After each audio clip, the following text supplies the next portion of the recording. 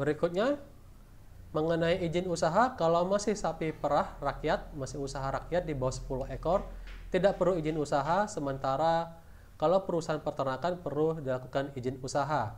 Nah, ini bagi Anda yang ingin membuka sebuah usaha peternakan, ini harus diperhatikan mengenai izin usaha ya.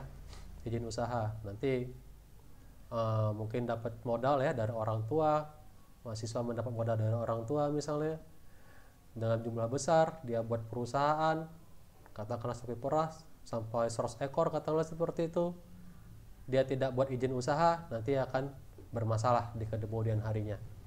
Jadi perlu dilakukan atau dibuat izin usahanya.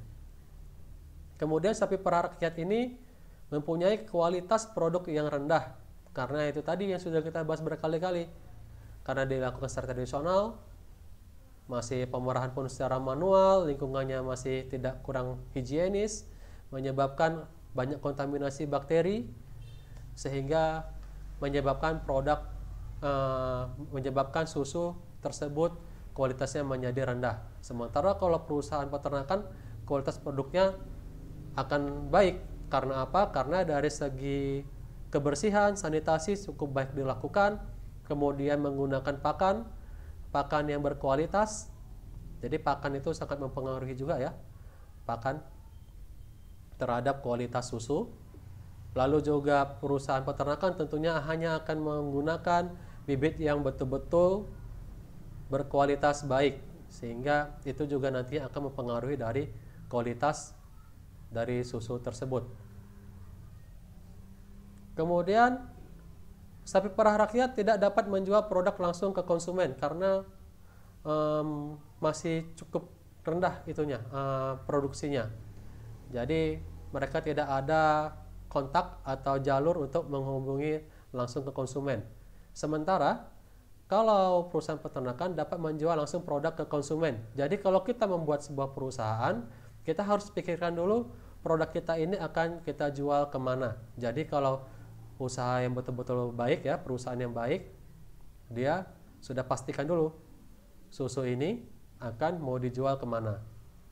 Mungkin sebagian alokasinya dijual secara bentuk murni, atau diolah dulu, dipanasi dulu jadi susu UHT misalnya, atau yang lainnya. Nah, itu harus dipikirkan dari sekarang. Jadi mungkin bisa saya ambil kesimpulan ya di slide ini ya, apabila ternyata masih banyak gap atau perbedaan antara sapi perah rakyat dengan perusahaan peternakan. Jadi bagaimana supaya sapi perah rakyat tadi bisa menjadi sebuah perusahaan peternakan? Nah, ini perlu kita upgrade ya, dari quality produknya, misalnya kualitas produk yang rendah bisa kita tingkatkan. Kemudian manajemen perlu kita tingkatkan, yang tadi tradisional lebih modern, perlu kita pikirkan semua dari hulu sampai hilir. Kemudian skala usahanya juga ditingkatkan dan lain sebagainya. Baik, mungkin itu saja perkuliahan saya hari ini.